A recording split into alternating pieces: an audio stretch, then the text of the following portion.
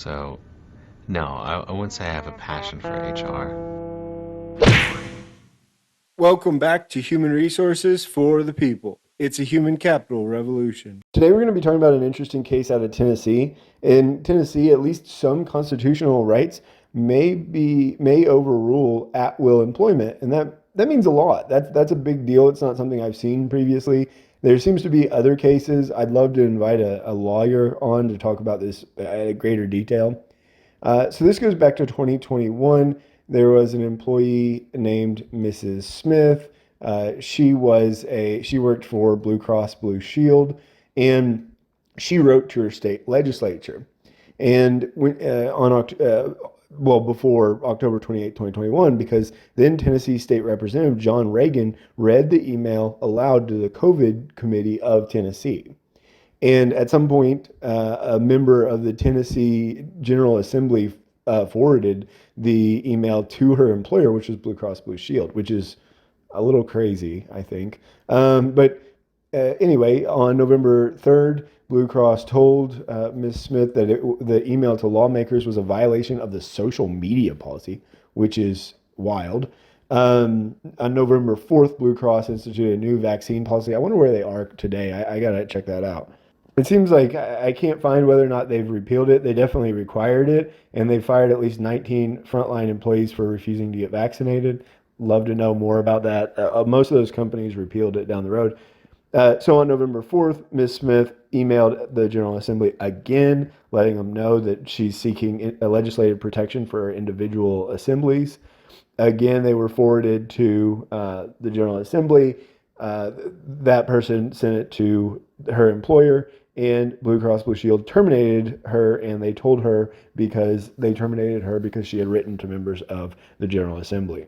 Generally speaking, people across the United States can be fired for any reason. I've talked about it 100 times on this channel. Generally speaking, you can be terminated for any reason, except for political reasons, and we'll talk about that a little bit later on, but we'll go into it. So generally, they can be terminated for any reason. She was an at-will employee. A lot of people confuse that with right to work, by the way. It's not right to work, it's at-will.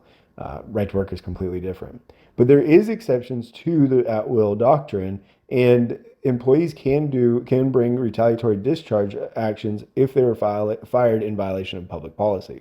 So the Supreme Court defined at will and what a retaliatory discharge are, that it was at will, that the employee was discharged, and that the reason for the discharge was the employee attempted to exercise a statutory or constitutional right, and that it was a substantial factor in the employer's decision to discharge the employee because they exercised their rights.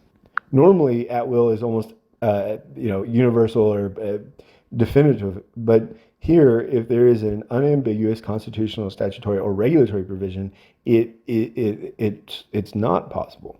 However, Article 1, Section 23 of the Tennessee Constitution has the unambiguous public policy of being able to write their General Assembly. And that's what's important to understand about this case. And as a result, the court found in favor of the employee. Now, here we have the map of where protections exist for political speech. You can see here in Tennessee protections of suffrage, which might include signing positions. That's the case in Tennessee, Kentucky, Idaho, Wyoming, a few others. There's a few states, including Georgia and Ohio, that have protection for specific political participation, as well as others that have protection for election-related speech. That's the difficult thing about the United States. It's often it's very unique in terms of the different laws and where they apply. Let's be clear, this isn't a complete rejection of the at-will doctrine. There is absolutely situations where the employer can still terminate with or without cause, but in this particular situation, this is where actually it's not universal, it's not complete, it's not definitive. The biggest rebut, I guess, or not rebut, but the biggest time where it's not universal is also with discrimination, right? If you're discriminating, you cannot terminate for that reason. That's very clear. And so it's very interesting. It's very interesting the fact that this was one exception where it made all the difference. Let me know what you think in the comments down below. Like, share, and subscribe, and we'll see you on the next video. Bye, guys.